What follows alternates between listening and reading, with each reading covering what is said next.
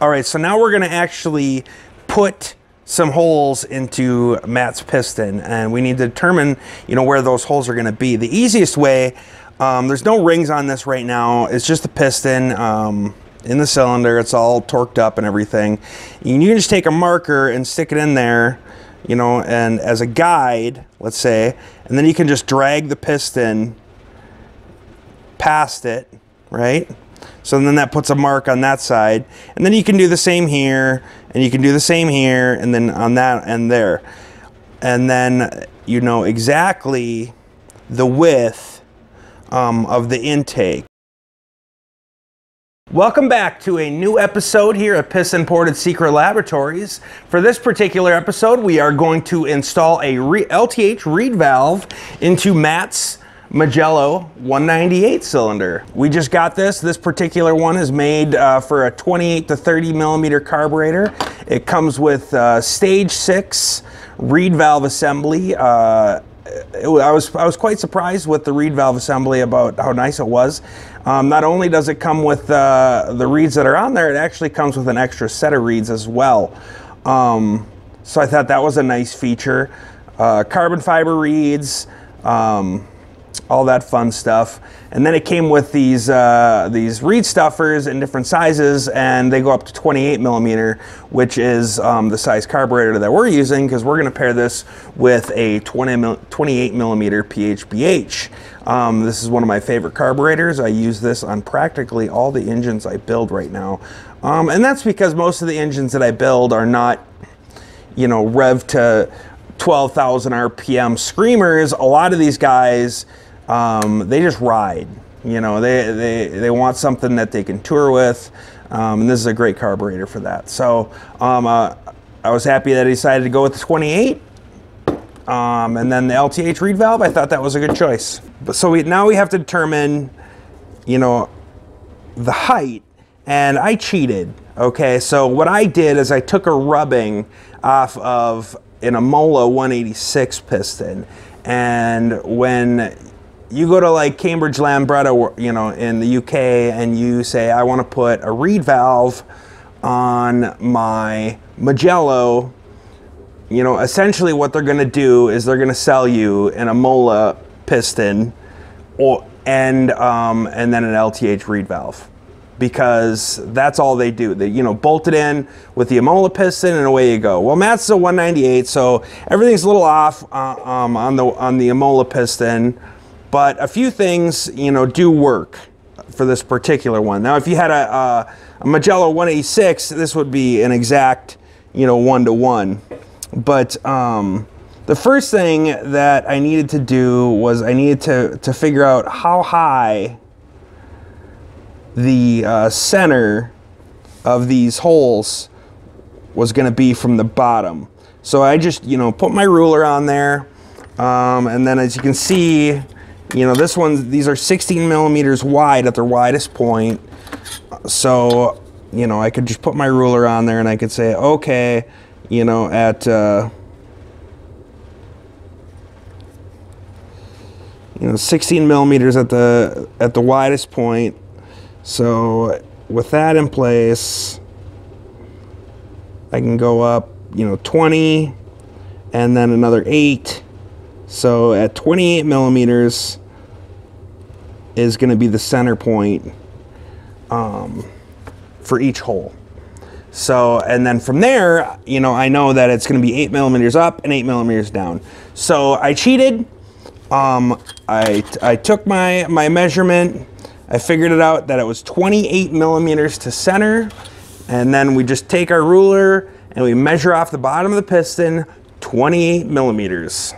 And that gives me my center point, and then I can go 8 millimeters above and 8 millimeters below, and I know exactly how big my windows are going to be. All right, so here we are with Matt's, and I have measured it, and then this is really close up. So, but as you can see, I measured my, you know, my 28 millimeters up to center.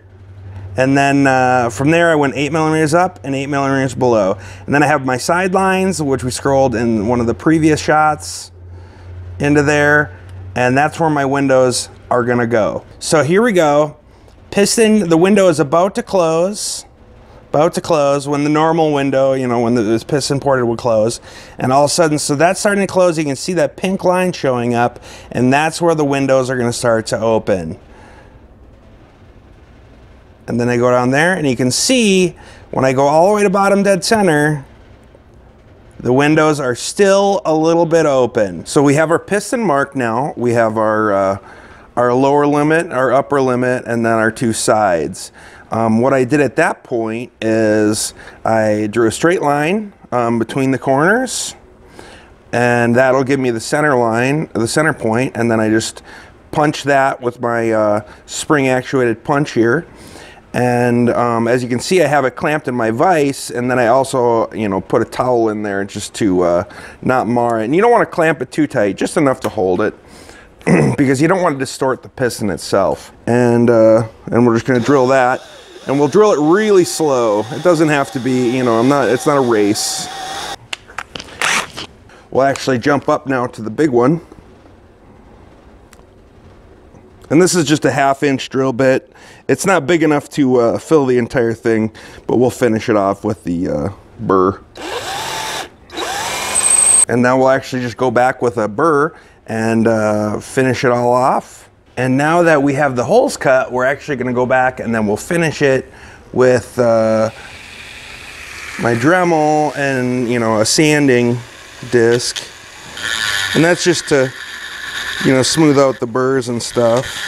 And now that that's done, we're actually just going to go back with our hand file and we're just going to chamfer the edges. And the final step for Matt's piston is that we're going to remove all these scribe marks and everything. So to do that, I'm gonna, you know, wet sand it. I'm gonna wet sand this one with WD-40 as my lubricant and some 600 grade sandpaper.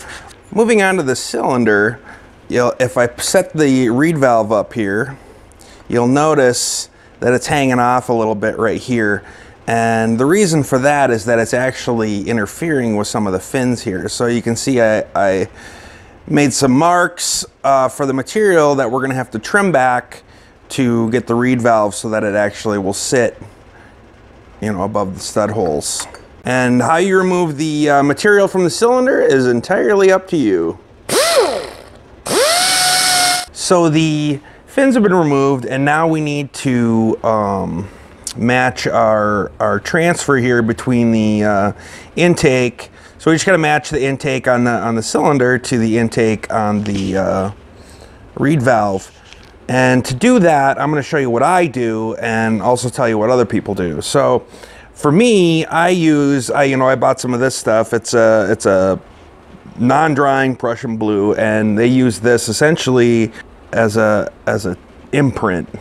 All right, now we're just going to put the intake on, and I already determined where I wanted the intake to go, because as you can see, you know, on the LTH it's adjustable as to where it goes because it fits both small block and large block cases. So, and we're just going to squeeze it down, and then really all we do is just unbolt it again, and then that'll leave an imprint. And with that squeezed out, you can see I just went with a marker there, and I drew a, you know, exactly where the intake's going to run, and then that's the material that I need to remove. And now we're just going to remove the material, and, you know, coming back to the idea of just use whatever tools that you have. I'm using my die grinder, so we'll go ahead and do that. Last thing we have to do before we put it all together and test fit everything and make sure everything's working correctly is we have to cut the gasket for the carb manifold so that it matches the inlet on the cylinder. And how I like to do that is I'll just take an X-Acto knife and, you know, I'll bolt the gasket down to the cylinder, and then I just go back with an X-Acto knife and just trace that out. And then I'll actually finish it with a file. And now that I have it roughed in, I'll just go back with my file, and then I can just clean the gasket face up, you know, the gasket edges up, and there it is. So one matched gasket. Now, since starting on this project, I decided to reach out to my buddy Adam at Soul Power Scooters to get his opinion on a couple of things. And one of the things I asked him about was, you know, should I trim away the bottom of the skirt on the piston? And as you can see on the Mugello piston, it's reinforced already to do that. And he said to go ahead and do that because that is at one of the points when it's drawing the most amount of fuel, so you want to be able to feed it at that moment. So he said to go ahead and trim that away. And then I also asked him about the intake port, or not the intake port, excuse me, the boost port and the cylinder on the Mugello. And originally, you know, it has this little boost port right here on the piston, and then there's a port up here that it matches up to, and it's not connected to the intake port itself. And he said to go ahead and connect that port to the intake port, because that again it's the path of least resistance. Instead of the fuel having to travel through here and, you know, take a roundabout way to where it needs to go, to just go ahead and connect those. So I went ahead and did that. I still got some cleaning to do there to get it finished up, but once I'm done with that, then we'll be able to test fit this. And I should say that before we go any farther, that if any of this is a little bit much for you, or you just don't want to deal with it, and you're located in the US, or maybe even if you're not, you know, you can go ahead and reach out to Adam at Soul Power Scooters, and he's a great guy, and I've done a lot of work with him in the past, and I continue to do a lot of work with him, and I definitely recommend him to anybody who will listen to me. So yeah, there's a plug for Adam. Thanks for helping me out, buddy. All right, last test fit before we wrap this video up. As you can see, when I bring this up, you can see the skirt where I cut it. There's a little bit here on the edge that doesn't match up with the port right there. And I marked that. So what I need to do next is I'm just gonna go ahead and round that out a little bit, just so it's not blocking the port. But otherwise, everything else looks good. And we'll be able to wrap this up. Hope you enjoyed this video. Don't forget to like and subscribe.